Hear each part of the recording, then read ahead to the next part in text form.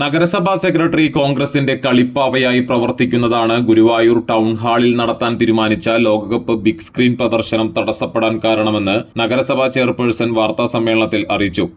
നഗരസഭയുടെയും കായിക ക്ലബ്ബുകളുടെയും സഹകരണത്തോടെ വർഷങ്ങളായി വിജയകരമായി സംഘടിപ്പിച്ചു വരുന്ന ബിഗ് സ്ക്രീൻ പ്രദർശനം ഇത്തവണയും നടത്താൻ കൗൺസിൽ യോഗം തീരുമാനിച്ചിരുന്നതാണ്.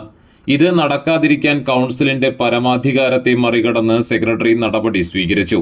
സെക്രട്ടറിയുടെയും മറ്റ് ഉദ്യോഗസ്ഥരുടെയും നടപടികൾ ചട്ടവിരുദ്ധവും അവാസ്തവവുമാണ്. സംഭവം തദ്ദേശ സ്വയംഭരണ സ്ഥാപനങ്ങളുടെ ഭരണാധികാരത്തിന് മേലുള്ള കടന്നുകയറ്റമാണ്. നഗരസഭയുടെ ജനാധിപത്യ അവകാശങ്ങളും ഭരണപരമായ അധികാരങ്ങളും സംരക്ഷിക്കുന്നതിനായി നിയമപരമായ എല്ലാ മാർഗങ്ങളും സ്വീകരിക്കും. സെക്രട്ടറി നഗരകാര്യ ജോയിന്റ് ഡയറക്ടർക്ക് നൽകിയ കത്തും ജോയിന്റ് ഡയറക്ടറുടെ മറുപടിയും അധികാരപരിധിക്ക് പുറത്തുള്ള കാര്യങ്ങളാണ്. സമീപ നഗരസഭകളിൽ ഫുട്ബോൾ പ്രദർശനം കാണിക്കുന്നുണ്ടെന്നും ചെയർപേഴ്സൺ ചൂണ്ടിക്കാട്ടി. ബിഗ് സ്ക്രീൻ പ്രദർശനം നടത്താൻ നിയമത്തിനകത്ത് നിന്ന് ചെയ്യാവുന്നതെല്ലാം ചെയ്യുമെന്നും നടക്കാതെ വന്നാൽ ഫുട്ബോൾ പ്രേമികളോട് UDF ചെയ്ത ഏറ്റവും വലിയ പാതകമായി ചരിത്രം ഇതിനെ രേഖപ്പെടുത്തുമെന്നും അവർ പറഞ്ഞു.